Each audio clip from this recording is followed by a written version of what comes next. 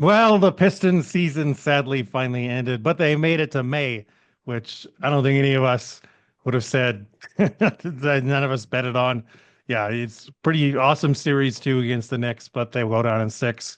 So we're gonna recap the series a little bit, but it's mostly gonna focus on what comes next now for this Detroit Pistons squad in the offseason. And of course, we're joined by Lance Caporossi of the Three Championship Drive podcast. Lance, let everybody know who you are and where they can find you before we get started. Well, let me just be honest. I have not recorded a podcast in probably like 5 or 6 months, so this is the first time I'm doing it in a long time.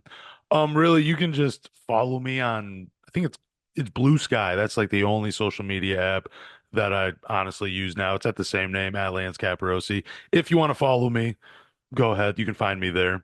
You can also still subscribe to the Three Championship Drive. I'm not fully committed to coming back and recording a podcast, but for right now, still up in the air, but I'm going to do this one and have a lot of fun talking to you guys. Of course, Andy is here as always. We said 7 games for both of us for the series. Almost made it there. Almost. Yeah, I would have loved to have seen, and honestly, we choked. We should have seen 7 games, but I'm so happy with how they played, except for game one. Like all those game one, they choked in the fourth, but every game was competitive. You can argue we were the better team throughout the series. Um, and I think you'll touch on it later, that JB has done some things that you question, coaching wise, rotation wise, scheme wise. Um, I've already said I'm giving him a pass on everything just because they have overachieved, and maybe that's like a cop out. It's just they surpassed all of my expectations. I mean, I would have loved to have seen Asar more, but I get every coach in the playoffs plays the guys with experience. That's pretty much what they do. But I'm getting ahead of myself. You can find me on Twitter at D_Pistons_fan. Let's go. Let's talk about it. I mean, you got the ball rolling. Just tell us all your thoughts on this series, Andy. That's what we're starting off with anyway. Um, so I would argue that the Knicks had the better overall team. But after playing the series with no Jaden Ivey, who we knew was going to be out, but then Isaiah Stewart missing it, I actually believe the Pistons are probably the better team.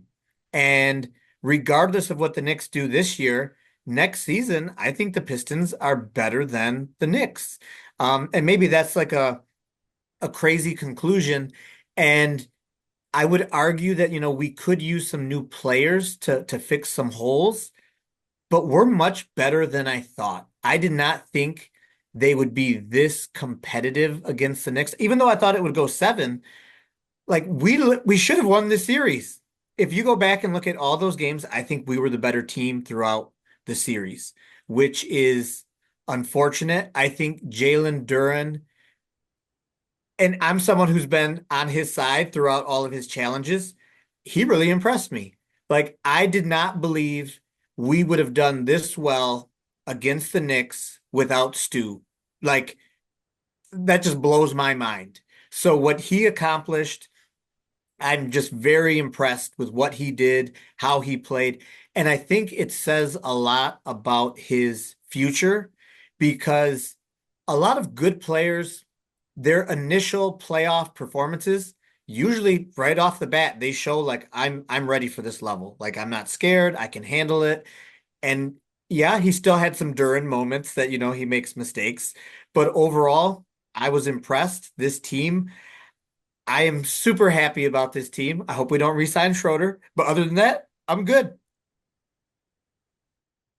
Lance, your overall takeaway from the series. Um, Man, first and foremost, let me just say, from a personal level, this was a lot of fun this season to watch the Detroit Pistons because, as the three of us know, it has been some tough years since the Going to Work squad, like a team that I'm pretty sure all three of us fell in love with. And I just, at that time, I thought it would never end. Unfortunately, it did, but here we welcome a new era led by Cade Cunningham. And I just got to say, I think I don't know what you guys would think about with Cade Cunningham during the regular season, even when he became an all-star. I felt like this series really put him on the map of like he was already on the map of NBA fans, but now like even your casual NBA fans are talking about Cade Cunningham. I'll never forget during the playoffs, there was this post on Reddit talking about Cade Cunningham, and the topic is which three would you want to start your franchise with? And the one that had Cade Cunningham, the one that was led by Cade Cunningham, that's the one most people started picking and said, now NBA fans are finally starting to wake up, and it was during this playoff. So I think one thing that I want to know, that was it. Cade Cunningham really just emerging. And I think he showed out. It was a lot of fun during this playoff series. I mean, there were some bad moments too, but overall, this team was great. I want to see them make a few tweaks during the off season. I'm sure we'll get in that in a second. There was some moments during the playoffs where I'm like, okay, yeah, I can see what we need with this team. But yeah, I guess just overall, it was a fun playoff series for me. I didn't expect much. I expected 6 or 7 games, not for them to get to the second round, but yeah, they really showed out. And I thought Asar Thompson, that was another thing that really stood out to me. I just loved his defense on Brunson. I was a little kind of confused towards the end of the final game where I thought he should have been matching his minutes with Jalen Brunson the entire game. I knew that there were times just because he's so young, he was going to get into foul trouble, but I still would have kept him out there. And I felt like JB Bickerstaff, there were some questionable coaching moments down the stretch of some of these games. Like it seemed like he was trying to get some guys going when another, like Malik Beasley had a great final game, especially in the first half, but I could not tell you other than the fumbled pass what he did in the second half of this game. So that would be another thing I'd like to point out is just the coaching was surprising towards the end. I don't mean to be so negative, but those are the things I noticed during this playoff series. No, it's funny. I was going to bring that up if you didn't, was the coaching staffs, because really, you can point to a few things that like were the single determining factor to the Knicks winning this series. Number one, no Jaden Ivey. This Knicks team had a problem with just Cade, and Beasley didn't shoot it quite well, but you could tell they adjusted coverages. And really, the MO was stop Cade and stop Beasley. And then, kind of, third was like, don't let the Duran and Cade lob threat happen. It maybe happened twice all series. The Knicks did a great job of limiting that for certain. So not having an actual like number two offensive option and the Cade less minutes, the minutes without Cade, oh boy, not so great when it's just Schroeder and them chucking the ball around and stuff. If Ivy's there, again, you could point to that of like that's probably something that swings it. No Isaiah Stewart. That's the other thing. No Isaiah Stewart. The job Isaiah Stewart did on the Knicks is part of the reason why they beat them 3 times during the regular season and what he did with Cat and stuff. Tobias still did a great job on Cat. That was another coaching weirdness thing is when JB went away from Tobias guarding Cat and was like, Duran, you do it. And then he just, rained down threes and stuff. And then the post ups, it happened. I mean, Cat scored 10 points and fouled out in the last game with Tobias on him. That shows you how great of a job Tobias did. And if I were a Knick fan, I'd be demanding to trade Cat immediately. And then the third thing is the way that JB handled Jalen Brunson. Like you said, matching Asar in his minutes. The first game proved like, okay, this is something. Also, I know he's a rookie, but you have Ron Holland. Like Ron Holland can hang with him too. And who cares if he fouls out? He's a rookie. He's probably like the eighth guy you're playing anyway. Whatever. That's the point of guys like that. And I mean, Sasser is probably a little underutilized too. I mean, you can utilize those other two guys and go deep in your bench. Like, sure, go ahead and foul away on Brunson just to help him. Don't let him get going.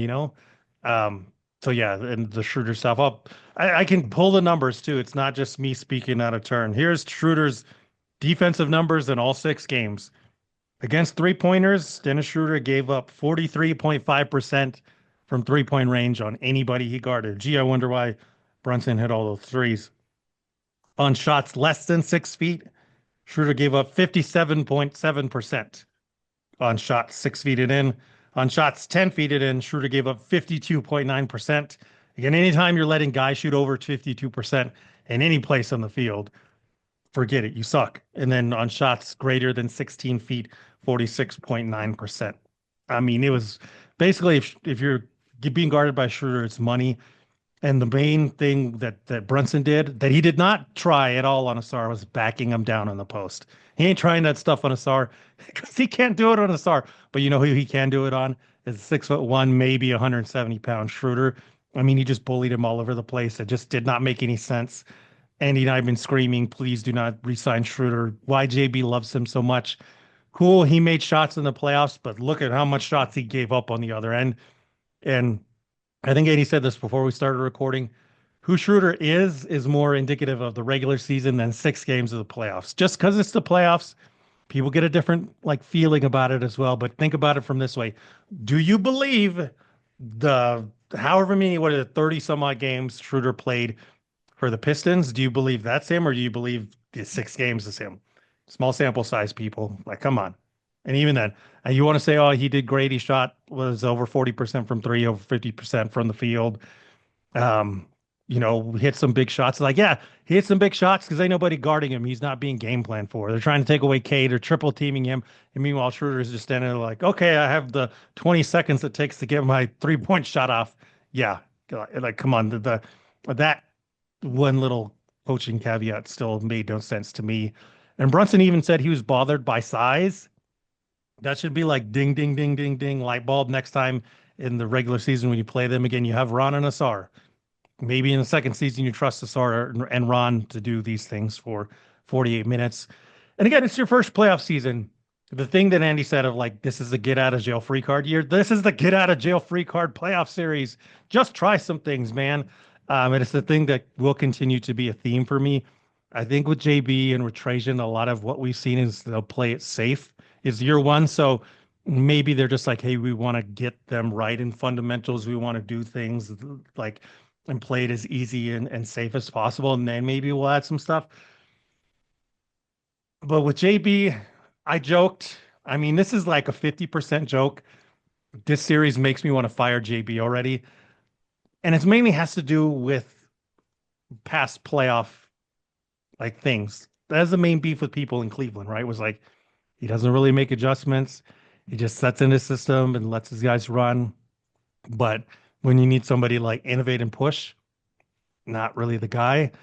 And again, it sucks because he did such a great job and he should be like coach of the year and all that stuff. But yeah, the thing on Brunson, like some of the matchup stuff is just weird stuff, man. It's, great. They got some wins, but Andy, you talked about it before. What was this team's record against the top 10 teams in the NBA? And the top 10 teams changed from the last time we looked at them because Memphis was still a top 10 team. Back then, the top 10 teams in the NBA ended up being the Thunder, the Rockets, the Lakers, the Nuggets, the Clippers, the Bucks, the Pacers, the Knicks, the Celtics, and the Cavs. So that didn't change in the East, but it did change in the West. You guys want to guess what the Pistons' record was against the top 10 teams in the NBA? We'll let Lance go first because I think Andy remembers probably. They're is it under, just give me a hint, is it under 20 wins? It is under 20 wins. They played, I'll give you the number. They played the top 10 teams in the NBA 30 times. I would say 13 and 17. Andy? 12 and 18 or 10 and 20. It's 10 and 20. You want to know the bad news about that? 3 of those wins were against the Knicks. And 2 of them were against the Lakers before Dorian Finney-Smith and before Luka. So half of their wins against the top 10 teams are against like the team that they always beat, and then another team that was in utter disarray and didn't have a top 5, top 10 guy in the NBA yet.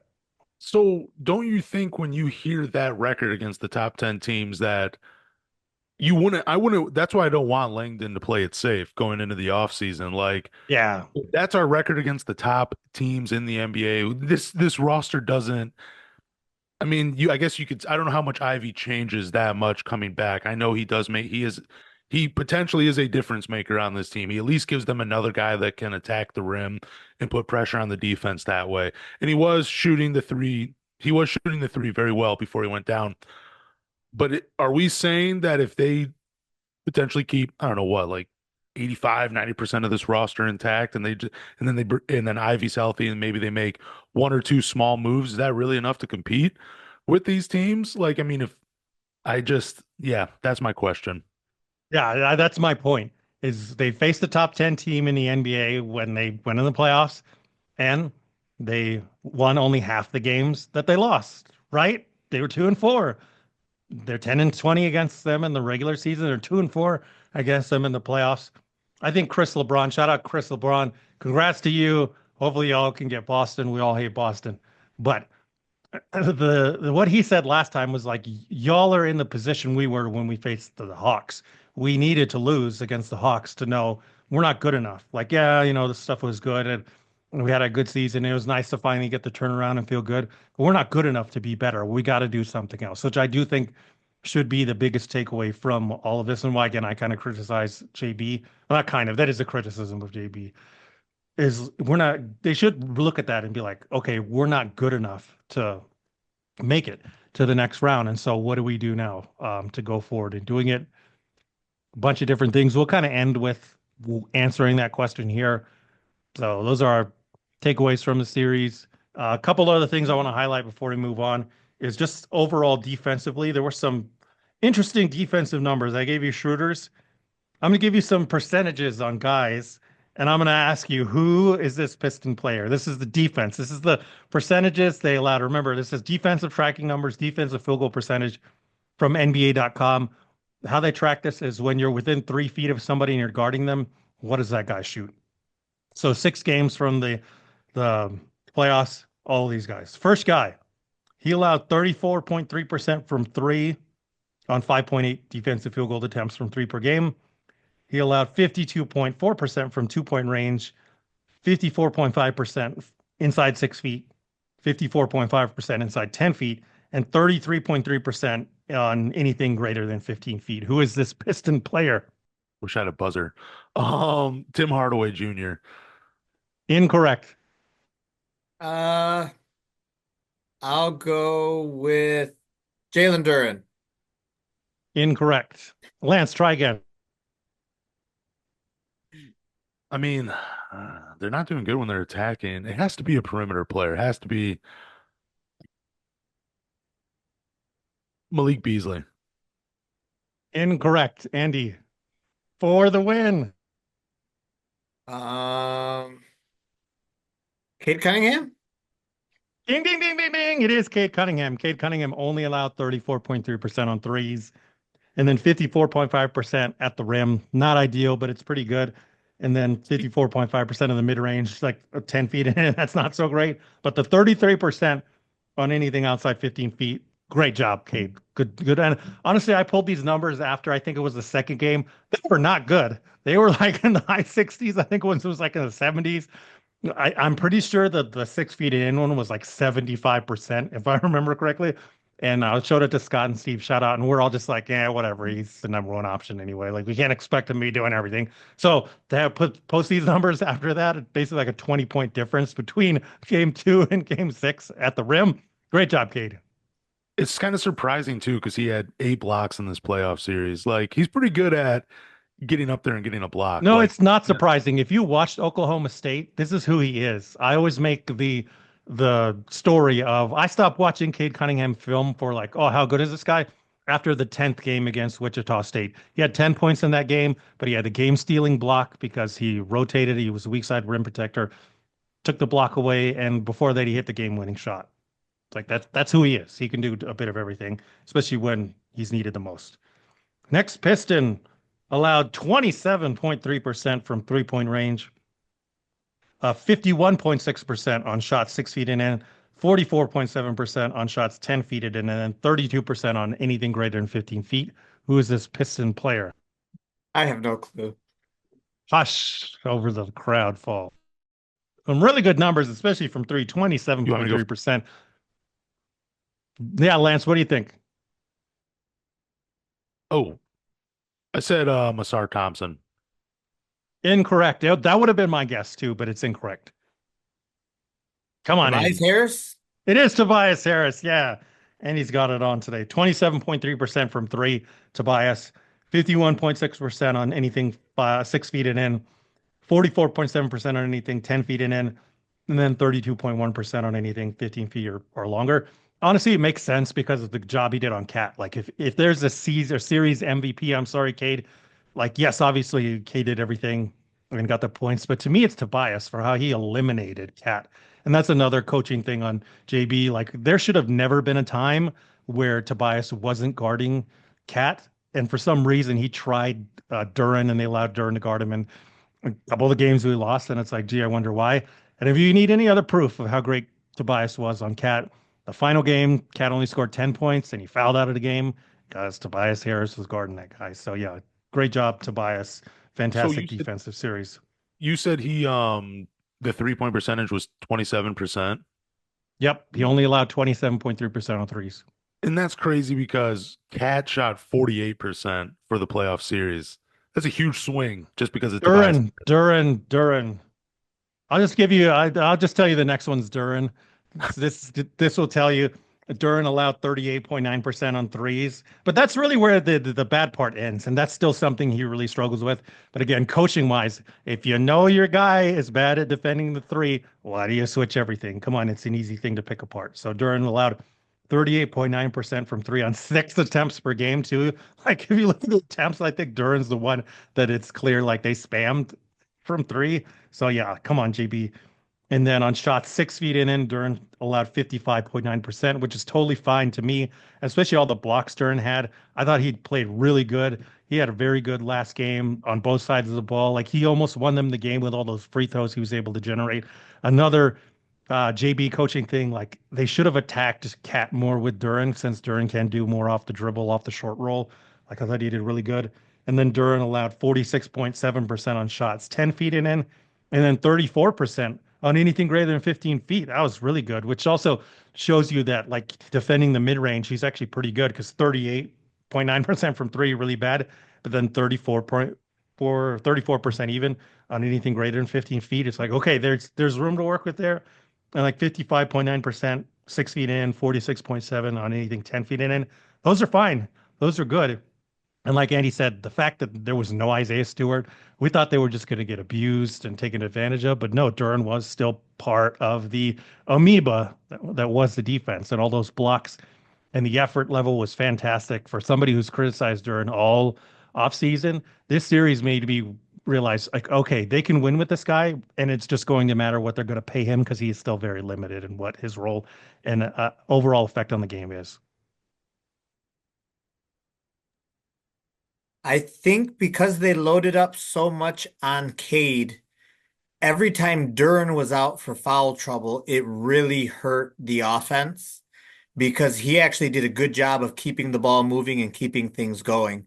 And anytime we didn't have Duran or Cade, then it was like, all right, we're just nothing's happening.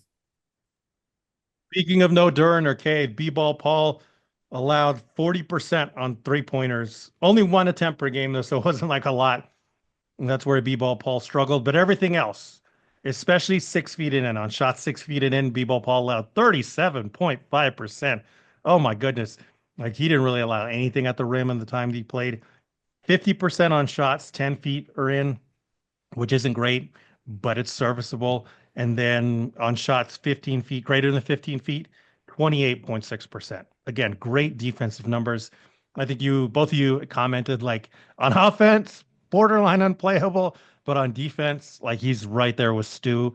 And I think everybody from game one to this final game six in the Knicks has remarked anytime B-ball Paul plays, he makes things happen. He's a defensive playmaker. And he's just one of those guys that stays ready.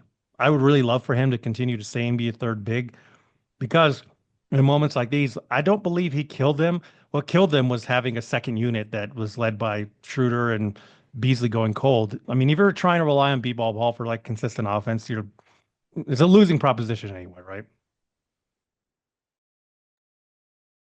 Yeah, if he ends up being your second big in the playoffs, you're in a tough spot. But he's a perfect third big for the regular season. Yeah. Yeah, and taking away his 3-point shot also with Stu, like it's a limitation that doesn't need to be there when he's shown before, like he can hit him when he wants to and when he's allowed to. So yeah, Ready for our final defensive numbers. This Piston allowed 56.3% on three-pointers. This Piston allowed 70% on shots 6 feet and in. This Piston allowed 55.2% on shots 10 feet and in.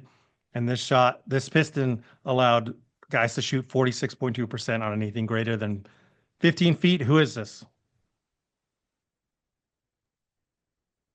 I mean, dude, this is either Malik Beasley or Tim Hardaway Jr., right? And I'm gonna say Malik Beasley. I'm gonna say, Incorrect. oh, okay.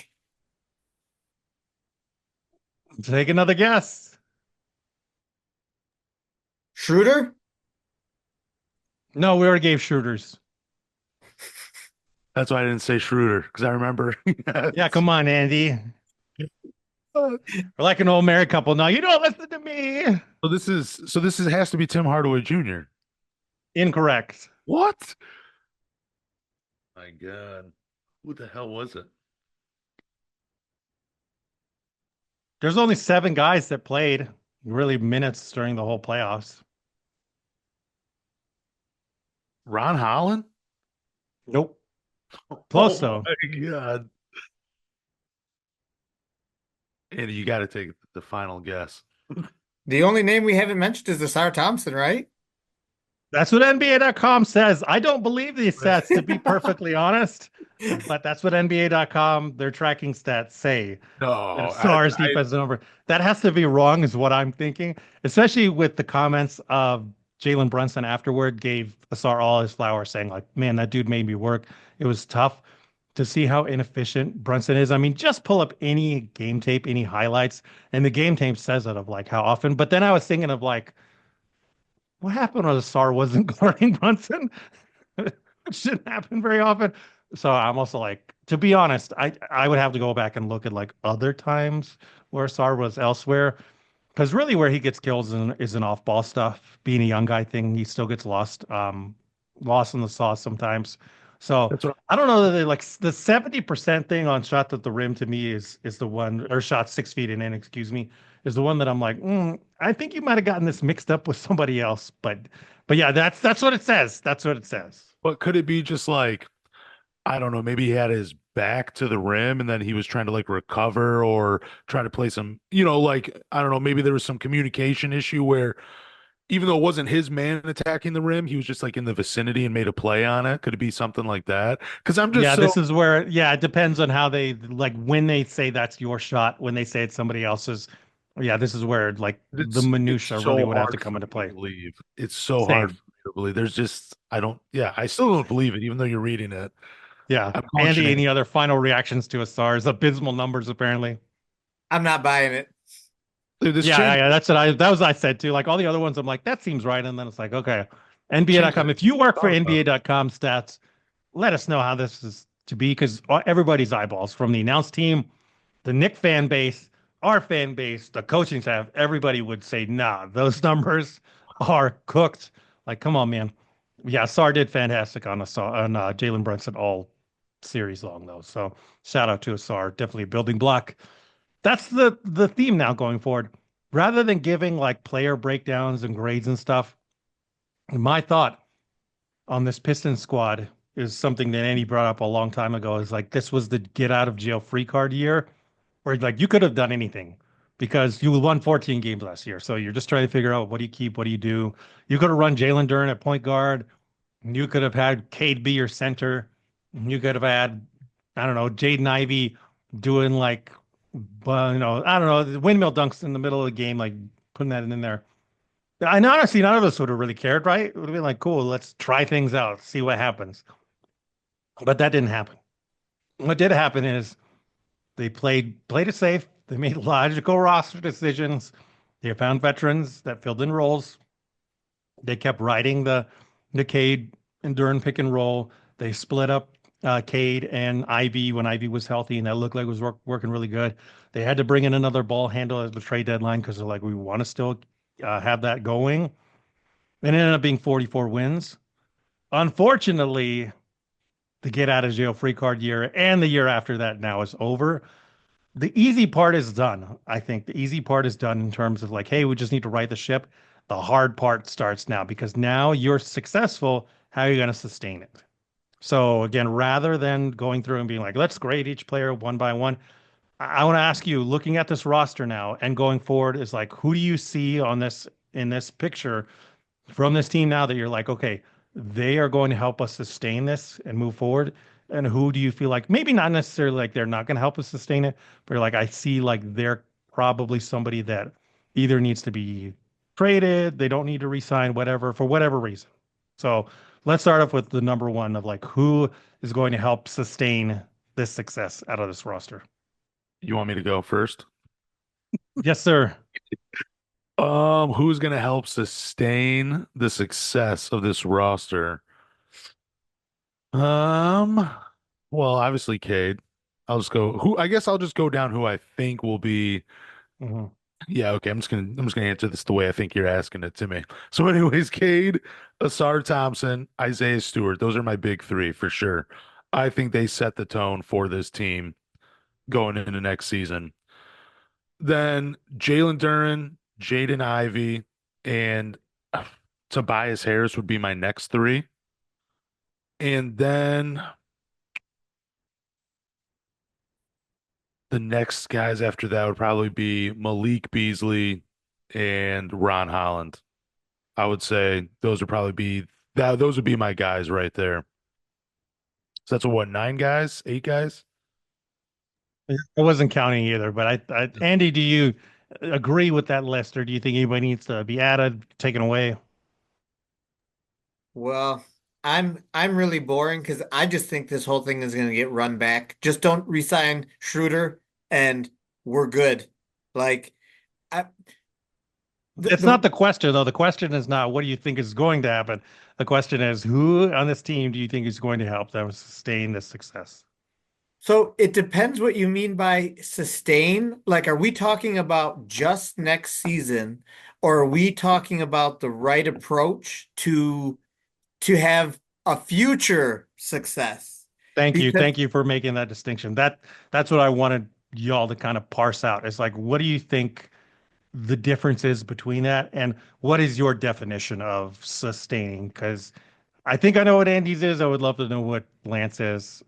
But yeah, that's a good distinction between like sustaining it for next season or like, okay, this might be weird, but it's going to help us in the long run. yes, because I mean, just to say a little bit more, and that's why I'm a fan of running it back because if you look at the second half of the season, we were a very good defensive team. And this was the first year with JB, so they're new at running his systems and doing his things. We have some young guys. So just off of development and familiarity, the team should make some growth and progress next year without improving personnel. That's my opinion. And if you can do that, you still have enough flexibility that you can trade picks or players to get better the year after. But if you take a swing on somebody next year, you could mess up the whole recipe and take a step back from what you have. And I just don't think the risk is worth it.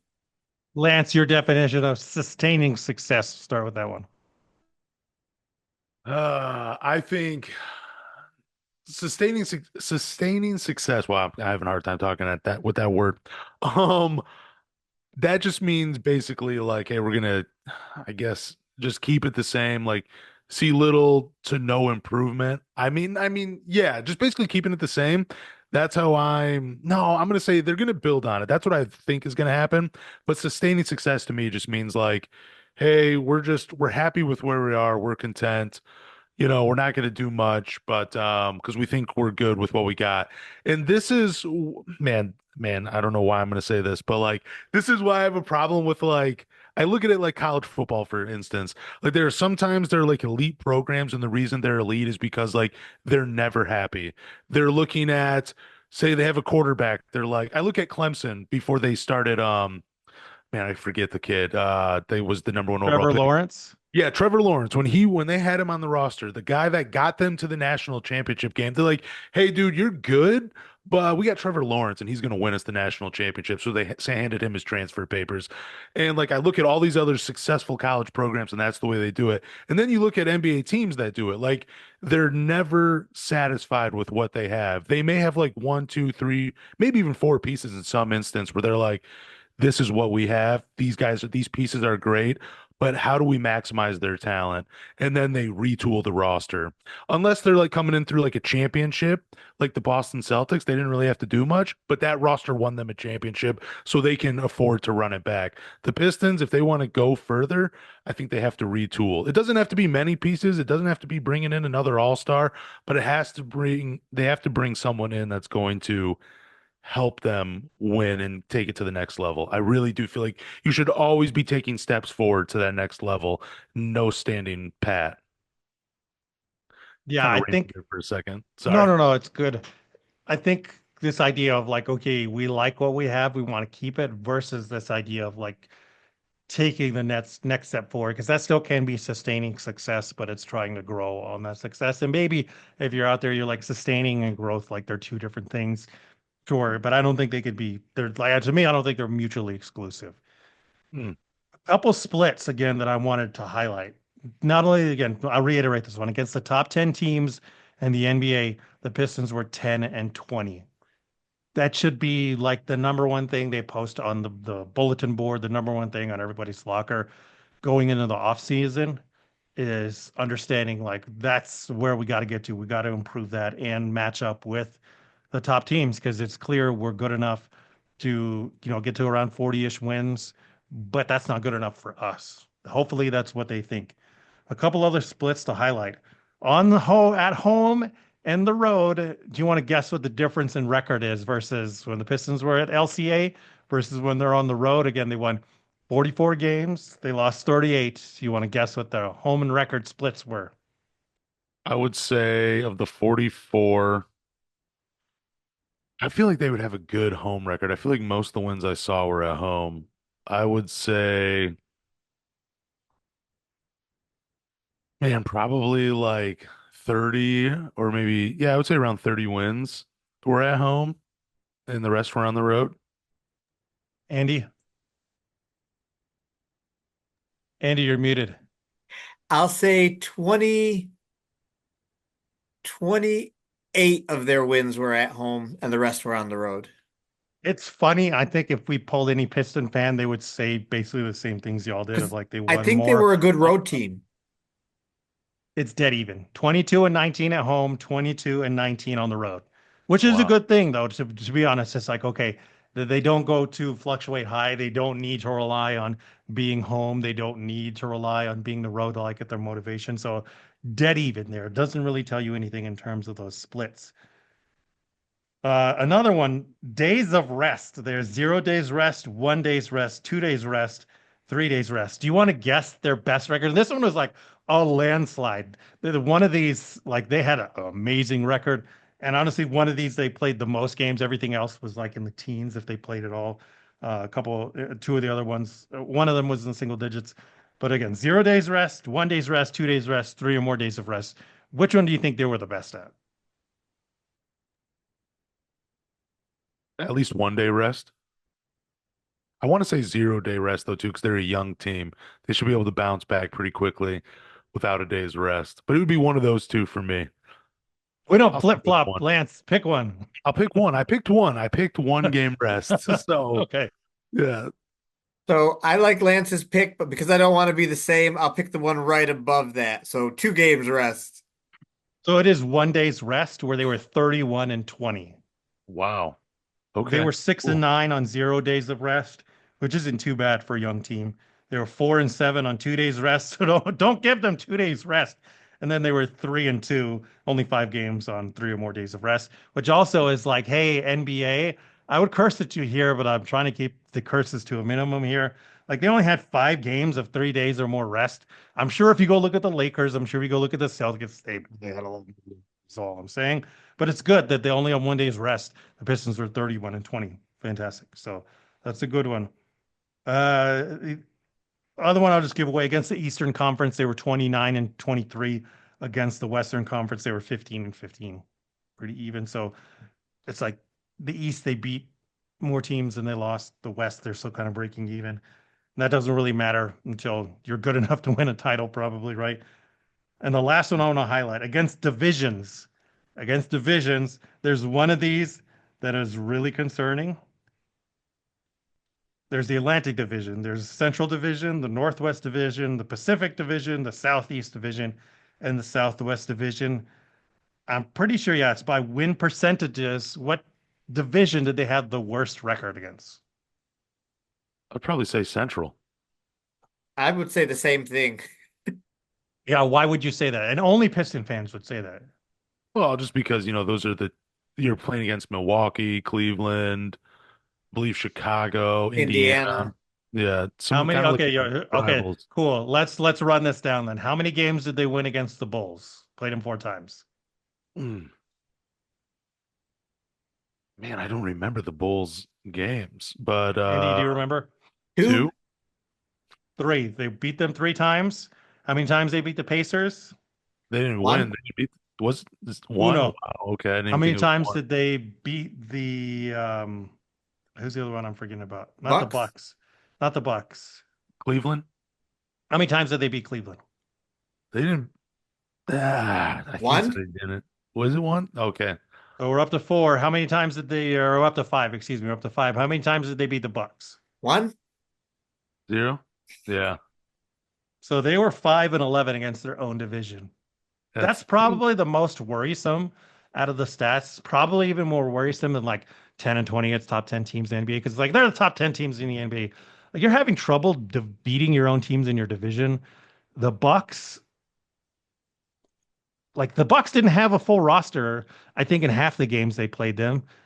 So again, they couldn't beat him once because they can't handle Giannis or Brook when Brook was there. And Dames, I mean, if all three of them are healthy, forget it. Indy and I've talked ad nauseum about their troubles against Indiana and how, especially for Stu, like they are completely inside your head. And yep. then, like, you could only manage to beat the Bulls consistently. Like, come on, man. And the Cavs are number one team in the NBA. You remember when Dwayne Casey was here, and like every time the Raptors came to town, the Pistons were like, "Oh, let's go out there." I guess it's not happening for JB. I mean, I know the Cleveland's really good and all, but yeah, it's not so great out there in the Central Division now. Again, that should be another thing they plop up on the bulletin board. And if I were them, I would feel pretty like bad, like angry at myself that I allow that to happen. And that's the number one thing now is like we got to get better. And like when these guys come to town, they're in our division, we've got to handle business, man. Because it's the worst. Again, 5-11. There's the worst record against any division for the Crazy. Pistons last season. Got no pride. They don't remember what the Central Division was. Remember when you used to like get the banners and everything? I don't even think it even matters if you're a division champ anymore. Kind of sucks. Yeah, yeah, I know it does. There's a conversation for another time, but I totally No, agree with I it. know, I know. Yeah, I just wanted to throw yeah. that in there, but damn. So I think we're all in agreement though of like the hard part begins now, right? My thought is there are these two schools of thought. And he's talked a lot of like, you think they're running it back, which makes sense. We're like, this is really good. We don't want to mess up the chemistry. We don't want to mess things up. We just want to keep it together. It also makes sense if you're looking at this free agent class and you're like, I don't know. I like what we have. I don't really want to, like you said, add something to it, maybe mess it up really big. So let's wait another season till 2026 and get those free agents. Well, guys, you're ready to look at what that free agent class actually looks like. Yeah. All right, so I got it up on my screen. All right, look at this 2026 free agent class. Number one guy on this list is Damian Lillard, who ruptured his Achilles. So scratch that off. It's a player option too on that season, so who knows? LeBron James is next. Lol, he's opting out this offseason anyway and getting a new contract to begin with. Maybe he signs another 1 year deal though. In a year he's on the market again. But top two guys so far not coming to Detroit either. Lillard, James, come on now. After that, Bradley Beal, Kevin Durant, Trae Young, Luka Doncic, Jack Levine, Fred VanVleet, Kyrie Irving, James Harden, DeAndre Ayton, De'Aaron Fox, CJ McCollum, Chris Middleton, Porzingis, Randall, Hartenstein, Andrew Wiggins, Jaren Jackson Jr. I mean, you got to get all the way to Jaren Jackson Jr. before you're like, okay, maybe. And even then, it's like, maybe, right? and you're like, okay, maybe we can find a nice role player who's like doing so good, and you know, not getting the contract that they want, and we can sway them away. After that, Tobias's books or contract comes off the books. We got Draymond, who will be 38, I think, by that point.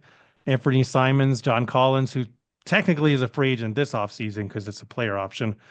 Terry Rozier, Mikal Bridges, KCP, Aaron Gordon, Vucevic, Jakob Poeltl, Marcus Smart, Harrison Barnes, Norman Powell, Duncan Robinson, Colin Sexton. Do you start to see my point on the 2026 free agent class? And I mean, I keep scrolling down as we talk about this, but and when I looked at this, I was like, I don't think this is necessarily a class like you wait on. And some of the names like where's he at? Lou Dort is on this when I'm like, actually, no, he just re-signed a contract, so he's not going to be up next offseason. It's a different contract. And like again, some of these guys that appear on this list, like Nas Reed, I'm looking at Nas Reed right here, and Dorian Finney-Smith, they have contracts that are up right now in 2025 that they're probably opting out of to sign a different deal elsewhere. Thoughts on this 2026 class as I'm scrolling through it? Hmm. I mean, I guess I'm not in love with it, you know? I mean, yeah. Other than, I mean, I would have to really look through the roster to tell you what I mean, like just at a first glance, it's all right. It's nothing to, I don't know. There's nobody here that's coming to Detroit out of the top end. And again, it's like, I implore anybody. This is from Spotrac, spotrac.com/NBA/free-agent/_year/2026. Go look that up. I mean, it really gets down to, I mean, unless you're an idiot out there who wants to sign DeAndre Ayton, and if you're already an idiot out there who wants to sign DeAndre Ayton, go find another team, please. It's not until you get down to Jaren Jackson Jr. again where you're like, okay, maybe Andrew Wiggins, maybe. Anthony Simons could fit, but do we really need another guard?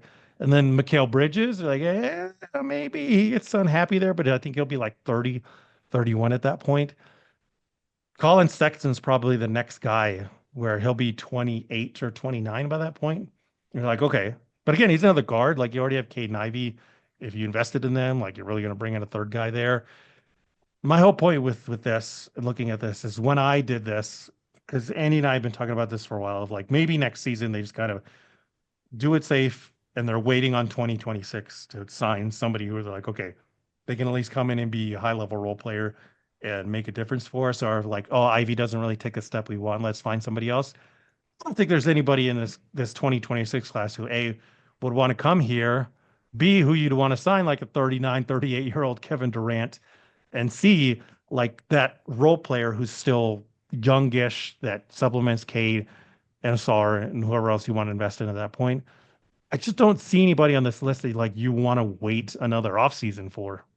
But I mean, most good players never even see free agency anymore. It's like all trades ahead of time because most teams will end up just re-signing them and then trying to move them later. But it's like very few quality players end up being just free agents who end up hitting the market. You want to see some quality free agents who are hitting the market, Andy? Yes. Let's look at this offseason here. This is for me. This is only my list. Again, you can go to spotrac.com and look at the list of free agents for this offseason 2025. I mean, I can give you the longer list if you want in a future episode, but this was to me scrolling through the list, finding Piston free agent fits. Number one, John Collins, Miles Turner, if they could free up the money. Obviously, we talked about that one before. Nas Reed, Dorian Finney-Smith, Bobby Portis, Matisse Thybulle, Larry Nance Jr., Al Horford, Trey Jones, Trey Lyles, welcome back. Precious Sachua, Aaron Holiday, Nikhil Alexander Walker, Amir Coffey, who, by the way, go look up his numbers and his size. Tyus Jones, DeLon Wright, Torian Prince, Monte Morris, welcome back. Luke Cornett, Quinn Grimes, welcome back. Damon Lee, Gary Trent Jr. Oh man, sorry, Gary Trent Jr. The way that Buck series ended, heartbroken for Gary Trent Jr. He played his ass off, man. Santi Aldama, who you brought up, Lance, who shout out Steve Henson. He's been arguing for him for a while. Andy and I have both said he's a great fit. Maybe with how Memphis flamed out too, who knows? Ty Jerome, again, fantastic fit. Go look up his numbers. He wouldn't be that that hard to get. Taylor Horton Tucker, Bull, Jackson Hayes. If you want a third big, you can bring back Paul Reed. Sandro Mamashkalishvili, who honestly does a lot of the same things that a Santi Aldama is, who's a lot cheaper. I mean, I've been a big Sandro fan since he came out of the draft. I did a bunch of draft profile on him. Reminds me a lot of like Cliff Robinson, Uncle Cliff, if you remember Uncle Cliff. Delano Banton, AJ Green, not the receiver, AJ Green from the Bucks, Gershon Yabusele, Lonnie Walker, please, Lonnie Walker, Landry Shamet, Keon Ellis, who'll be a restricted free agent, but I mean, it's the Kangs. Who knows what they're going to do? Then our guys, B-Ball Paul, Lindy Waters come back, Bones Highland. And even if you want to narrow it down to like guys that are actually affordable with the cap space that they have now, the cap space is probably going to be around 9 million. I know 24 million is what has been lobbied around by like Keith Smith and people like that out there. But remember, Cade is making all NBA. That means his cap is going to go up because he won that award to, I think it's like 30% now, if I remember correctly. It's which means it's going to go up about 8 million. That eats more into that cap space. We got Beasley's cap hold, who we know for certain they want to re-sign Beasley. That's another 7.2, 7.5. So you're really looking at 9 million when you factor those into it.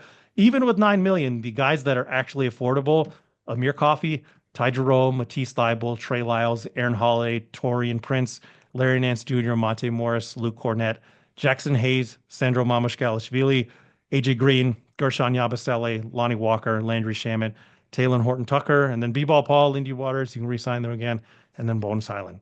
That to me is still a much more realistic list. And also, we're probably losing Tim Hardaway Jr. I think that's the one where when you look at the money and who they want to prioritize, unless Timmy wants to come back for like a veteran minimum or something, or he eats that 9 million, there it is. But I do think in that list, like there are a couple guys in there that I'm like, you could probably sign two of them for 9 million, like a Ty Jerome for 4.5, and like I don't know, Landry Shamet or somebody like that. Landry Shamet gave us some problems a little bit during the regular season too. It makes sense. And with how well Cade has played and how well Cade makes other guys look, if I'm like a Torian Prince, if I'm like a Matisse Thybulle, if I'm an Amir Coffey, those guys that like, hey, I'm open. All I need is to shoot, catch, and shoot threes. Like if I'm their agent, I'm like, man, we got to sign in Detroit. Thoughts on this 2025 free agent class? Um, I mean, again, nothing spectacular, but I agree with some of the names you have that, like, I like Ty Jerome. I've talked about him w months and months and months ago. That's a guy that I even think I brought him up like over a year and a half ago, who I really like.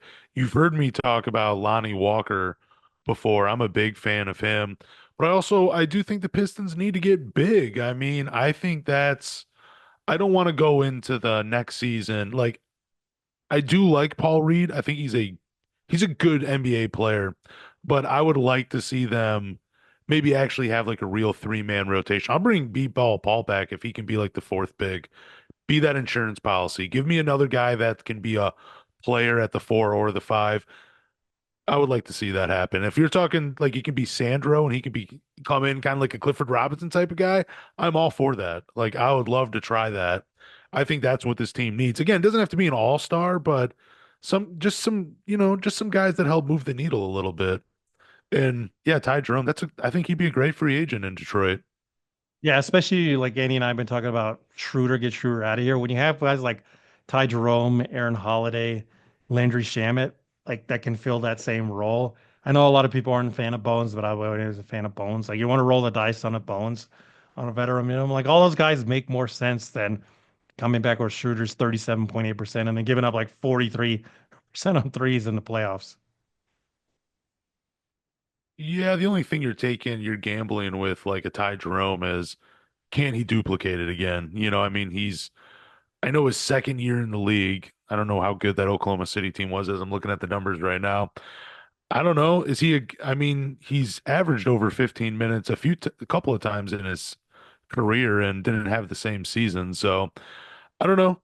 I mean, you're taking a little bit of a gamble with Ty Jerome, but I'm willing to take it. If I'm getting the guy he was in Cleveland, Yeah, that'd be awesome. I'd be perfectly fine with that. I think he could replace Schroeder, but I still think you need to have someone that can create a shot. And it has to be more than just Cade and Jaden Ivey. You have to have someone else that can generate some offense for themselves.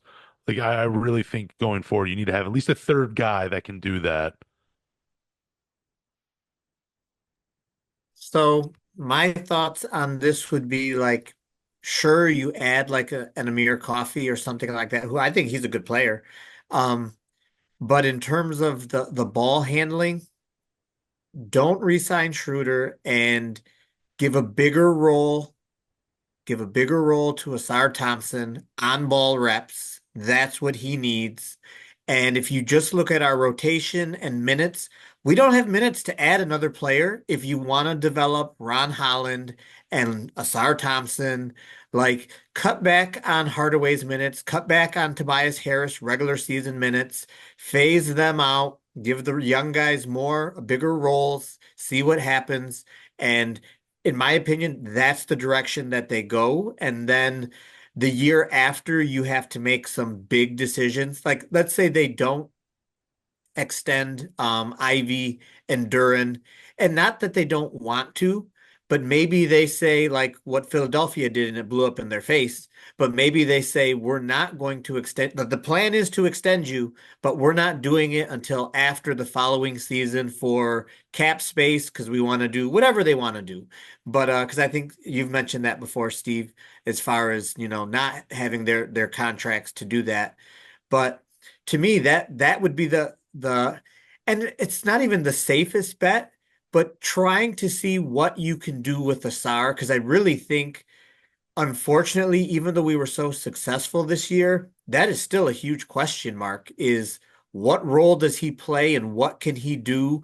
And that was what I was disappointed in with him not getting as much in the playoffs because and maybe JB doesn't know how to fix this problem. And maybe that's where Steve's right, where it's like fire the coach because like he's not creative enough to have a solution to do this. Because I really think Asar is a wild card that could completely change the direction of what the Pistons are doing. Yeah, I mean, I totally agree with that. I think we're all in agreement of like, obviously, Cade is the guy that's going to make them successful or not, but Asar is the other like 1000% keeper, not only for the defense, but I mean, the way he got to the free throw line in the playoffs and when he knocked down free throws, I mean, there were a couple games that probably could have swayed if he knocked down more free throws, to be perfectly honest. I always viewed him as Andre Iguodala coming out of the draft, and if he's anywhere near that, then yeah, like absolutely, the ball handling needs to be more of a thing. And I don't know why. I'm sorry, Lance, but I hate the like we need a ball handler kind of thing. It's like we were doing fine with just Cade and Ivy. Like that worked just fine with the two of them there. We didn't need a third one. I'm of the mind that if Ivy didn't get hurt, Schroeder doesn't come in, he is not needed. They didn't even have a third ball handler. Well, I'll get to that. They do have a third ball handler too, which I don't think we think of enough. It's just how he handles the ball is differently. But the two main ball handlers and then playing them together in a starting lineup, split them up. The not Cade guy plays in the second unit. That worked great. Ivy's dynamic 3 point shot got better and stuff, which is the huge improvement when he comes back to the lineup. I mean, I said it before, the amount of three Schroeder turns down when guys go under screens just drives me bananas. But the third ball handler is still Tobias. Like Tobias still has handled those roles in the second unit. He still was able to take away usage. I mean, he was probably their second most important offensive player in the playoffs who got them out of ruts, who was the guy that kept the second unit going when Schroeder couldn't do anything. And everybody else is kind of like, whatever. The ball handling thing to me is ridiculous to think of that when it's like you're still losing your small forward. Your centers are good. You set them up. What do you want to pay them? Yes, absolutely. I agree with you, Lance, on that. You need a third one just in case things go awry again. And then the wing stuff. What are you going to do with Asar? And if he is a piece, all these guys I just mentioned, Cade, Asar, the big men, they just need shooters. Just get us some more shooters, man. That still should be a priority. No, I don't. I think it's more than just like ball handling. Like I don't think of it just like bringing up it doesn't even, it can just be it has to be someone that can create a shot. Like I look at someone like Boston, they got a handful of guys that can go out there and like you can't just game. I mean, they got Jason Tatum and Jaylen Brown, but they got Peyton Pritchard, Derek White, Drew Holiday, all different guys that can generate some type of offense, even for themselves, even if it's for small pinches. And like Cleveland, they got Darius Garland, they got Evan Mobley, they got Donovan Mitchell. We're talking about Ty Jerome. And then you could probably even throw DeAndre Hunter in there now, maybe even going forward. And like you can probably look through almost every successful team, East or West, and point to guys that can go out and just generate offense for themselves. And we saw in the playoffs, I mean, Cade had a terrible final game in the playoffs. Like he's the guy you're counting on. Like I think if you're going into next season with just him and Ivy as the guys that are generating your offense, I think you're going to be stuck in NBA purgatory then at that point. We're just going to be resetting this roster. I think finding another guy that can help do that, I think that's in today's NBA, it's important. Like there's so much space, there's so many possessions during the game now. I think you have to. I think you can't just say like, "Hey, let's just bring shooters in and we'll be fine." I think finding another guy that can come in here and generate offense for himself, that's what you need to have. Like, I mean, honestly, in like a dream scenario, I would love for them to bring in even a guy like Cam Thomas that can just come in and generate buckets off the bench. I mean, I know people will probably shake their heads at it and everything, but like just a guy that can come in and do that, as long as it's still leading to wins, I think that's important, especially in today's NBA. I just don't want to see like Cade being the only one. Like, I mean, I guess it works for someone like Luca, but like man, Luca's just a little different, I mean, like Luca has LeBron now, so we can throw that well, out of the. I'm talking about before the Lakers. I'm talking Yeah, about when he was Kyrie still. last year at Lance though. Yeah, but even Kyrie was playing like downplaying to him. I mean, like I don't think Cade's necessarily on Luca's level like that. I think he's probably close, but Luca, there's a reason. Like if you look at it, everybody would say, yeah, I'm still Luca's one of those 3 to 5 players that I'm taking over anybody else in the NBA. I wouldn't say Cade is necessarily on that level, and that's nothing wrong with Cade. He's very good. I just think you have to get him more help, and sometimes that help is I need someone else that can generate a little bit of offense. I just think that's what they There's a meant. number one. So you feel the same way about Denver? Denver only has two shot creators, Murray and Jokic. See, I would say like, yeah, but I mean, When Milwaukee again, won it, but I mean, Drew Holiday's like half a shot creator. The reason why he's bounced around is and but done so well in Boston is because he takes that. They don't need him to create shots like that. It was Middleton and Giannis. yeah, no, I mean, but the point is he could still do it. Like that's what you still want. Like there's going to be moments where you need to rely on someone, even if it's just for a game or two. That's what happens. But also, again, like Nikola Jokic, he's probably you could even make an argument he's one of the greatest players to ever play the game. He's just a difference maker. It doesn't matter who's on his team. I mean, yeah, he's just a difference maker. Like he's just so damn good. But So like is Cade. I don't know. So is Cade. Yeah, And to be perfectly blunt, Cade's better than Luca this season right now. Luca sucked ass on defense in the playoffs. He's the reason they lost. He messed up the team chemistry. Cade has continued to prove from Oklahoma State to now just put together a squad, and I'll get you there. And what he needs is shooters, and it's the same thing with Luca when they brought him in initially. And what got them to the finals was PJ Washington shoot a ton of threes, Kyrie shoot a ton of threes, Josh Green shooting threes, Tim Hardaway Jr. Even though playoff Timmy showed up last year as well there, like you're talking about getting them to the Boston Celtics level, where that took like what 8 years or whatever, where they continued to struggle. They had their two shot creators, and they get other guys that are good enough on other teams. And that's just my point here. It's like we're we're at like what step three? We're at step one. We probably jumped step two. We're at step three now, where you just got to get enough guys that are good enough to do this because we don't have a guys good enough to do it to get out of the second round right now because we're relying on like a Dennis Schroeder who again is a shot creator, right? He's a shot creator, but he's not good enough to do it on that level.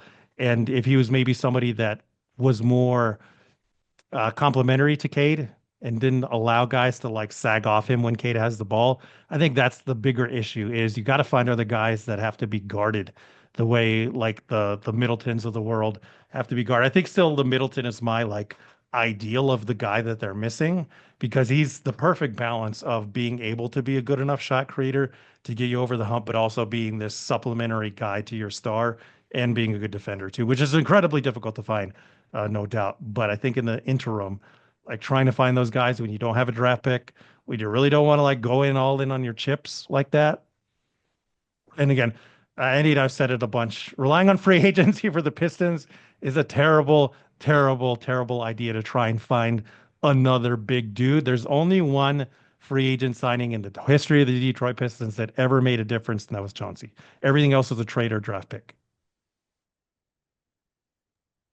I mean, not to like push us to not do anything, but we never really saw the starting lineup of Cade, Ivy, Asar, Tobias, and Duran.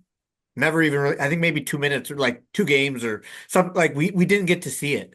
So we could basically run this whole team back. And if that is something that works, we can be better without changing anything. And again, if Asar could have been, he was playable in the playoffs, but more playable for a coach's liking who's trying to win the playoff series. Um, I still think like there's so much upside there. And even in terms of like a more talented four. We never saw Bobby Clintman really play. Like we could see, like, so I just think there's a lot of development that could still happen. The team is still competitive, could still be in the playoffs. And at the trade deadline, if we're not happy and something opens up, take a swing on something. If you need a vet who can do better for the playoffs, just like they did with the Schroeder, fill the role that you need for your playoff run. But that's not to say that I'm not open. Should a Boston or a Denver or a team that is in a terrible cap situation, if they want to move a quality player, I am open to moving things around to bring one in. I just don't think you go out of your way to make things happen because we still have a lot of mystery because what could Holland be next season? We don't know with more development what he could accomplish because right now him and Asar's 3-point shooting is awful. If they could just be average, like what does that like all of a sudden things get very different. So that's why I'm like the boring patient guy. Point of being the boring patient guy. You know what teams have been the boring patient guys is like Denver. They basically did that. This team they have now, it's been 7 years, I think is what we tracked on it. They had the Paul Millsap, and then Paul Millsap just kind of filled in the gap until they could get in Aaron Gordon. They signed Jeremy Grant for only like 1 or 2 years, and then they got other guys in there. They lucked out with Peyton Watson. I don't think anybody thought it would work out as well as it has been. So yeah, I definitely get your point on that too.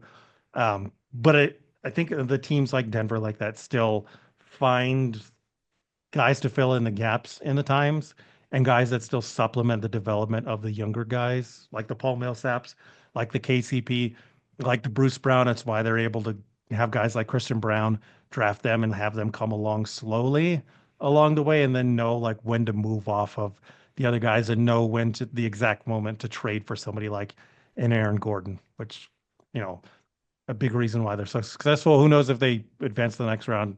Cool series against the Clippers right now. Lance, before we move on, is there anything else you wanted to say about this point? No, no, I'm good. We can move on. So the last point I want to make is like Tobias. I'm this is only my personal thing. I'm really torn on Tobias because he played so well, like I said before, so well in this series. He picked up the slack on offense when they needed it, shot super efficiently from three, which is something that we were just like, oh my gosh, please. I think he was another guy that shot over 40% from three, around like high 40s, low 50s from two. And then on defense, just the job he did against Cat, why he wasn't doing that all series, I don't know why. Great. But he's only signed for one more season. I think he's like 32, 33. If you just look at this objectively, not subjectively, like you bring in your own personal, feelings and opinions, objectively, you look at the evidence. It points to a guy that it should not be here and should not invest in for a long term due to age, due to contract, and due to like, well, you played him a long load of minutes as well, too. Like, how much can you continue to rely on him to do that? And again, I hate that I'm saying this, but realistically, he's another guy that when you look at his role, you're like, that could be upgraded. If you just had a stretch four, like somebody just bombing away threes. Like a Michael Porter Jr. is probably the ideal in that role. If your idea is to still continue to develop a star with the ball handling and stuff, then like a Michael Porter Jr. type of guy is ideal. If you can find somebody that has that kind of role, it might be time to trade Tobias. Is basically what I'm thinking about here, just to get out of it ahead of a year. But I do also think with Andy of like, hey, let's just run it back, and then maybe at the trade deadline, we use that 26 million to go get like somebody who's worth that. But I also think right now, Lance brought up Santi Aldama. Memphis flamed out tremendously. So I can't imagine that they're like, we'll just re-sign Santi and bring everybody back. You would think they're going to do something differently. And maybe they're like, okay, let's sign and trade for Tobias because we know he's solid. Then Santi can get that 26 million, and then we'll use that Tobias contract to go and like grab somebody else along the way there. So I think Tobias is useful for building long terms in terms of trade for his money. I'm also worried with like if you do trade him, like right now is probably his peak value. Again, because again, he played so well. And I can see a team being like, he's not necessarily a missing piece, but yo, man, we need a guy like that. And then maybe, if we find another deal, the money is still there.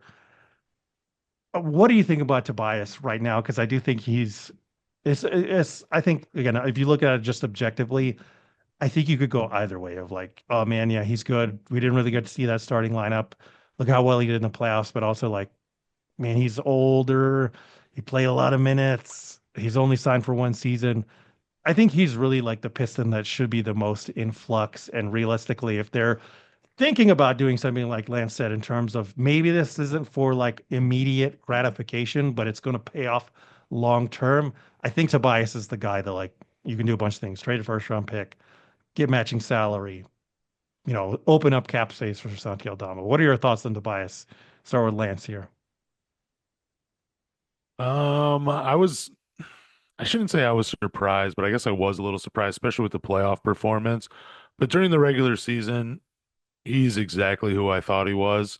I thought he'd maybe get a few more points per game, I guess. But yeah, I like him. I mean, I think he can still be, I don't know. I don't even know if Tobias Harris could be productive in a reduced role. Like, I think right now is probably the perfect time. I agree with you, Steve, to trade him, to unload him, to, find another team that says, we'll buy into Tobias. We think we could use what he brought to the Detroit Pistons on our team. But if he's not like, I guess, one of your guys on offense, I don't know. I mean, I don't know if he kept it up defensively all season. I watched the games, but I'll be honest, I was not focused on Tobias Harris's defense throughout the season. So I don't know if he was doing that every single game, and I don't know if he can continue to bring it on that side of the ball. But if he's not hitting shots and contributing on offense, I really don't know what role he has on this team. And if we're all expecting the guys on this roster to take another leap forward, I don't think Tobias is at that stage in his career where he takes a leap forward. So I say, as much as fun as I had watching him play, thanks for helping us get a couple playoff wins. But yeah, I'd be perfectly fine with the Pistons unloading him this offseason to bring in someone else. I just don't see Tobias getting traded. I think he fit the role perfectly. Do I think we could upgrade him? Totally. I think that's a spot that could be improved. Do I think that's something that's easy to do? I don't think it's going to be easy to do.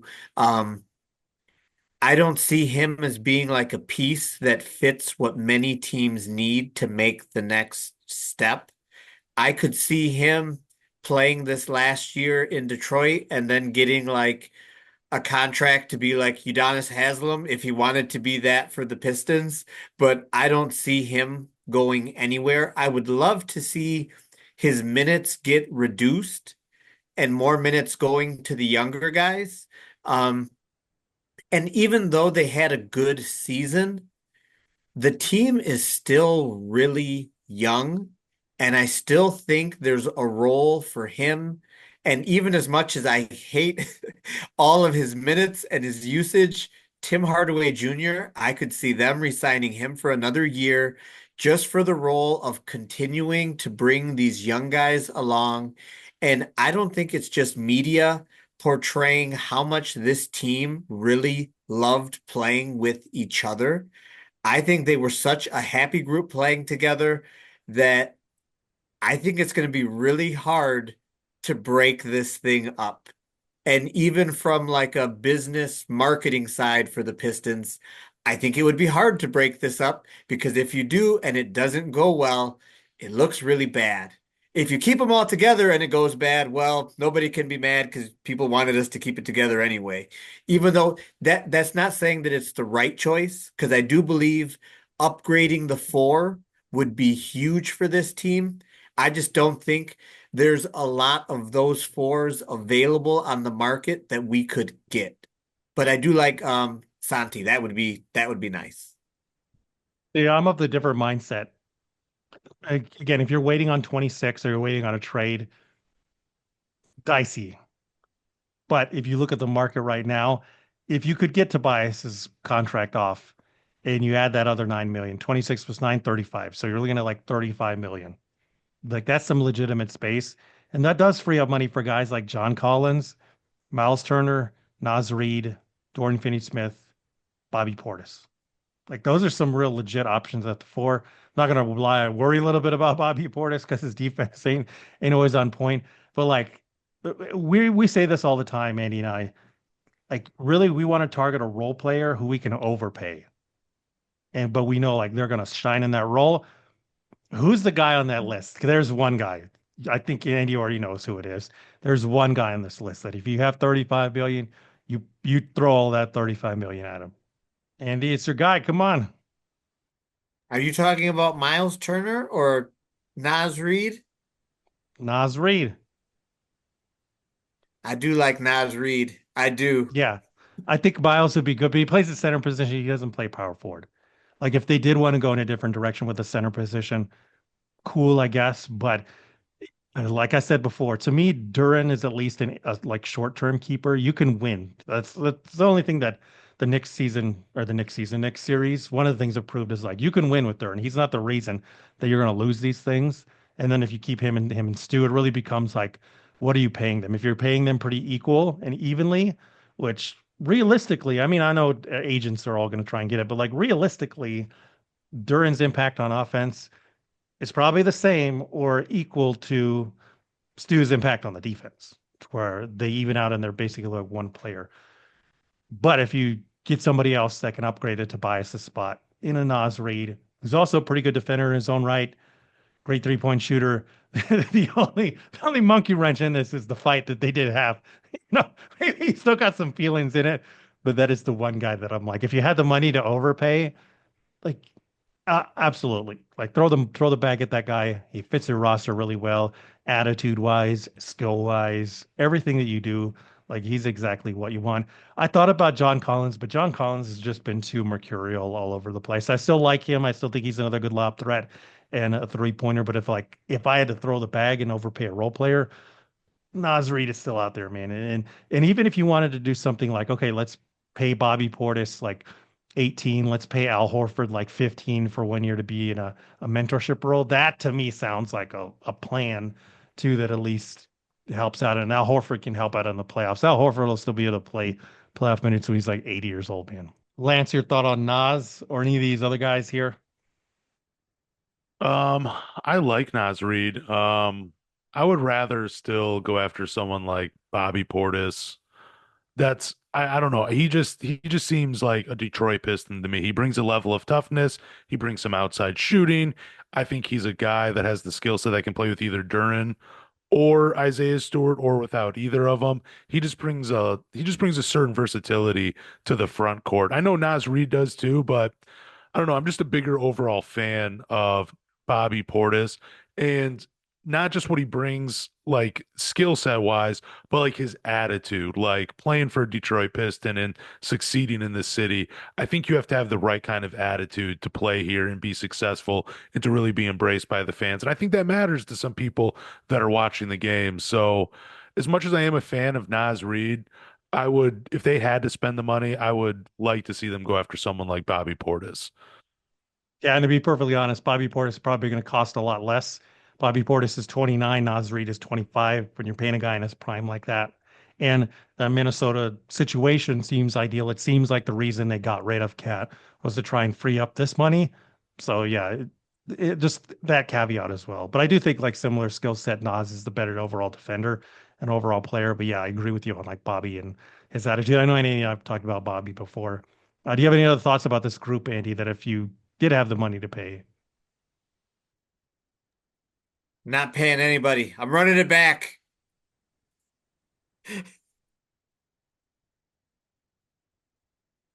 Andy's just sticking with it. Low key ball. Somebody probably they should look at it in terms of Lance's plan of like, hey, bring in a third big. I only say that because again, I'm here in Arizona. I've seen him live.